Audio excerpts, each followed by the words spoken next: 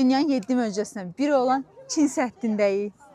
Çinə səfər planlayırsınızsa, Çin səddinə gəlmək üçün nə lazımdırsa hamısını sənə danışacağam. Videonu sona qədər izlə, bütün qiymətlər, xərclər, nə varsa hamısını öyrənəcəksən. Toplam bura gedib gəlmək üçün adam başına xərc 75 manat çıxdı. Biz taksi sifariş etdik ki, bunun qiyməti getmək, gəlmək 100 manat edir və bunu da 4 nəfərə böləndə adam başı 25 manat düşür. İçəri giriş adam başı 200 yuandır. Bu da təxminən 50 manat edir. Bu 200 yuanla shuttle bus, kanat turu və içəriyə giriş daxildir. Yükü taksi düşürdükdən sonra içəridən bir xeyli piyada yeriyirsiniz və shuttle buslara minirsiniz. Shuttle buslar sizi müəyyən yerə qaldırır, daha sonra isə kanatla minib yuxarıya qalxırsınız. Arada bilmirəm, ya biz yeni il ərəfəsinə düşdük, ya da adam burada hər zaman çox olur, amma növbə 2-3 saata qədər çəkə bilir. Belə üstü açıq kanatlarla düz 5-6 dəqiqə Çin səddində olacaqsınız. Fevral ayında səyahət etməyimizə baxmayaraq hava çox yaxşı keçirdi. Bunu da videodakı günəşdən görə bilərsiniz. Çin səddi yeni dünyanın 7 möcüzəsindən biri sayılır. Pekindən Çin səddinə 77 kilometr məsafə var. Dünyanın ən uzun müdafiə qurğusudur. Uzunluğu təxminən 21.000 kilometrdir. Dünyanın insan əli ilə tikilmiş ən uzun qurğusu hesab olunur. Tikilməyə eramızdan əvvəl 7-ci əsrə gedir və Hunlardan, Monqollardan qorunmaq üçün tikilib. Və bura 2007-ci ildəki səsvermədə dünyanın 7 möcüzəsindən biri seçilib. Əgər Çinə səfər planlayırsınızsa, mütləq onun içərisində böyük Çin səddi də olmalıdır.